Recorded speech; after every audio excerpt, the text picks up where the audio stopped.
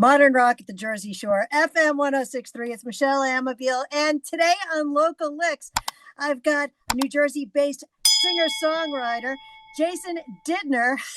Hey, Jason. Welcome to According to Amabile.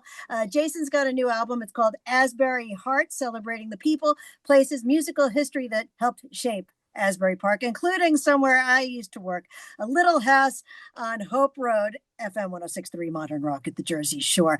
Love to Faye Gade, love to Rusty and Buddy and the Cats. And Jason, for you for writing this awesome song. Oh, thank you. Thank you so much. And I know that you loved our documentary, and I know that Yes. there's some references in there. We did shifts, not shows. Yeah, got it directly from one of those lines. Yep. I figured because I remember that's what Rich Robinson used to say, Mike Marone. It's like we do shifts, not shows. That just took me back. hmm Talk to me about the little house on Hope Road and FM 1063, what it meant to you, and what was it about our little documentary that inspired you to write this song? Sure. Well, I guess I was actually primed for that documentary when I watched Mike Greenblatt's documentary, The Jersey Sound. He's the voice of it, but he had a whole team that worked with him. But in that documentary, they mentioned WHTG and the Green Parrot, and that story impressed me. But then when I saw the 30-minute documentary all about WHTG, I was kind of primed for it already. And I just love stories about scrappy, upstart individuals who have a dream, they have a vision. Um, Maybe they don't have all the resources, maybe they don't have all the connections, but they got that drive. They know what they want to create. They create it and it finds its audience.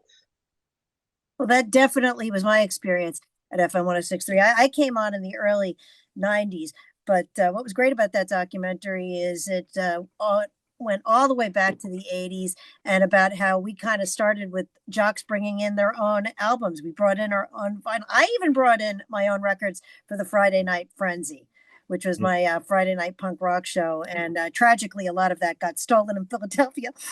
So, Oh, hmm. there went half the show. But that is true. We used to bring in our own records, and I love that you referenced that in the song. hmm. Had I talked to you first, I probably would have had like five more verses at least. At least I could tell you some stories, and what I talked about in that documentary, absolutely true. Faye had two cats, Rusty and Buddy, and sometimes the door would open, and it would be either Rusty or Buddy coming in, and you. Pony. I'm in And that book. yeah, that's right. Yeah. I remembered hearing references to you in the audio.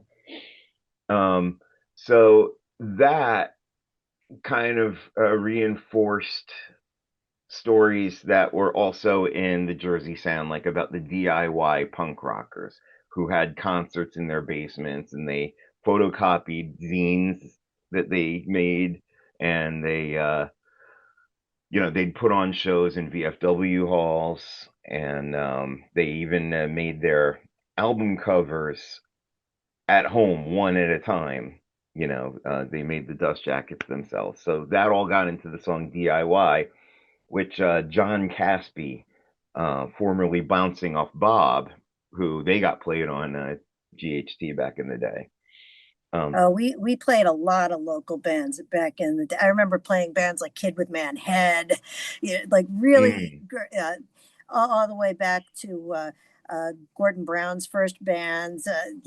hmm Even before Highway 9, and Williams Honor, and we supported the all kinds of local artists back in the day. The Outcry and hmm Mr. Reality, and Yeah. yeah, we had a show called Local Licks on Sunday nights. Heidi Lieba would host it. We would play a lot of local artists, and just back in the day, and we played a lot of Asbury artists and everything. And I'm just hearing a lot of that in your record. Yeah. Yeah. That's the spirit that moves me. And what musical influences helped shape the sound and feel of House on Hope Road? It's a little folky. Yeah, a little folky, but also kind of new wave. Yeah. I I had put on Lips Like Sugar by Echo and the Bunnymen for the idea for that guitar riff, and just kind of shaped it so it fits the singer-songwriter vibe as well. And so those things kind of came together. I mean, was certainly feeling singer-songwriter in that I'm telling a story and I want to tell it very clearly. But I had a chance to think about genre because I had heard some of your other podcast interviews, like with country artists and alternative artists. And I'm thinking, well,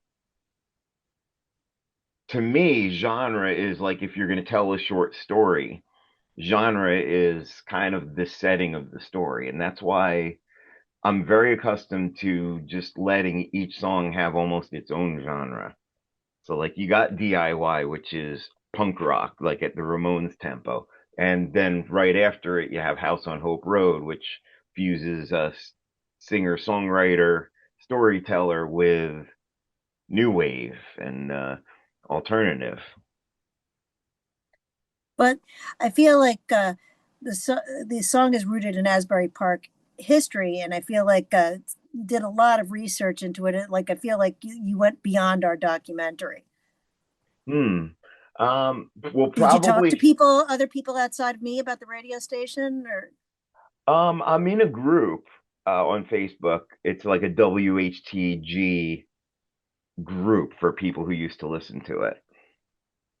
oh, Um, we were a well-rounded bunch. I mean, and of course, you know that our most famous alumni, Matt Pinfield, yes. who is still rocking it out. You can see him on Access TV.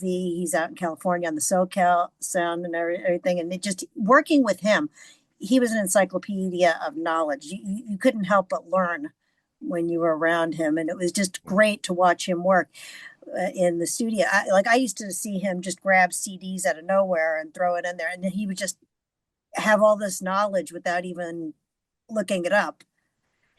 I remember him from North Jersey radio too. From RSU. I think DHA. I'm pretty sure he was on that for a time when I was listening actively. I don't remember if he was on the. I got to ask him about that. Yeah. You never Um, know where Matt's going to show up. yeah. But between the HTG documentary and the documentary from the Jersey Sound, I really feel like those really dug into the story of the station, and I think in my recollection, it's probably also that Amy and I, my wife and I, watched the documentary together, and we bounce off each other a lot. So Oh, well, that documentary had a lot of the players like Loretta Windez and like the people that shaped the station. And then there were those of us in the 90s like Rob Acampora. And then there was the musicians that were in the documentary, like the aforementioned Gordon Brown and Karen Mansfield, Kelly Jane Carter from the Asbury Park Press, Shirley Halperin, who is now the co-editor of Rolling Stone, was in the yeah, documentary. That radio station meant a lot to a lot of people, and I'm just very flattered that you wrote a song about us. thank you. I mean, one thing that really stuck with me about it also was for the chorus, I make it, "This is where we belong, this is where we go." And I remember listeners were interviewed who felt that way, like WHTG gave them an identity, like, we're not the we're not the usual kids that are listening to all the top 40 stuff. We listen to this off the beaten track stuff, and this is the station that plays it for us. It gave us a home. It was somewhere that you could hear the Cult and the Cure and Depeche Mode, the Smiths. Like I used to have a feature called Mandatory Morrissey at Mhm. 11 o'clock. Now that was TJ Bryan's idea. I got to give him credit. They used to have a mandatory Metallica feature on other stations. He's like, how about doing Mandatory Morrissey? You love the Smiths, and it's like we just ran with it, and it became pretty popular. We did it at 11 o'clock, just featuring all things Morrissey and the Smiths. So we did things like that. That's really cool. Yeah, we had Carrie Nolan and then Chris Rake had this Common Threads Sunday mornings, which was at first, like when Carrie did it, it was like a common thread between the songs.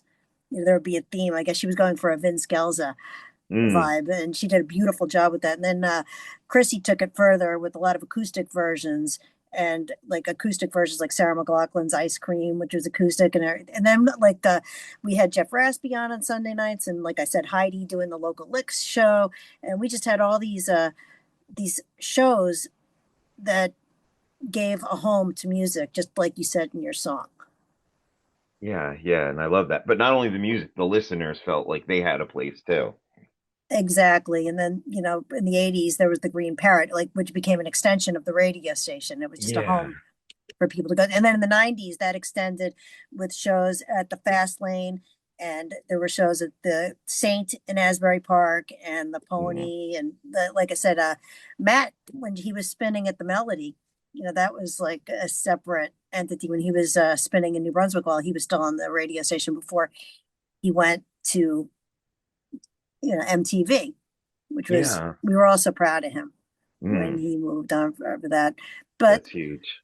yeah, like I said, we had a great staff. We had Mike Sauter in the morning. There was just so many people that passed through that microphone. Hmm. That's it's just a great, great story. Just very compelling. And I felt like if I'm going to tell the story of music in Asbury Park and the area, it's such a key part of that for me. Well, I appreciate you writing the song. Hey, can I ask you a question? Do you prefer writing novelty songs or serious songs? What's your preference? What would you like to Um, be remembered for? wow. Well, the one that I'm most known for is "You Can't Get There from Here in Jersey." Very much a novelty song, Uh, but kind of a play on REM. I'm just kidding. It's just a joke. um, actually, yeah, I'm not even aware of that. But that song exists because my dad told me that he was a fan at the time of Car Talk on NPR, and they played funny songs about driving going into commercial breaks or PSA breaks. So he said to me, if I wrote a funny song about driving, they'd probably air it on NPR. He was right. So I've had success certainly with funny songs, and my songs, whether they're funny or serious, they're all conversational, and many of them originate as conversations with my wife. And one of us will say, "Hey, this should be a song," and then we take the idea we just been chatting about and we turn it into a song. So, um, just like conversations can be serious or funny or anything in between, that's how I feel about the songwriting. Excellent. Well, we at FM 1063 thank you for writing The House on Hope Road. I mean, like I said, we were a spirited bunch going from the 80s and the 90s, like even when Bruce McDonald came from Boston, and we embraced him too because he came with all Buffalo Tom and all the Boston artists and everything. Like I said, it was a great place to spotlight new artists, and I feel like this song carried on the spirit of HTG. And I thank you. And remember, Asbury Hart, Jason Didner. What shows do you have coming up? Jason Didner and the GSPs. Well, this Friday I'll be at with the band at the Asbury Park Brewery, and we'll actually have Gregory McLaughlin, who's a very spirited performer. He'll be opening the show for us. So that's Friday, June 26th. And then July 8th, we've got a Nick Clemens show happening, Nick Clemens Band show happening at Porta, which used to be the Student Prince in the early 70s. So it's where Bruce Springsteen and Clarence Clemens played their first notes ever together. So now Clarence's son Nick is picking up the torch.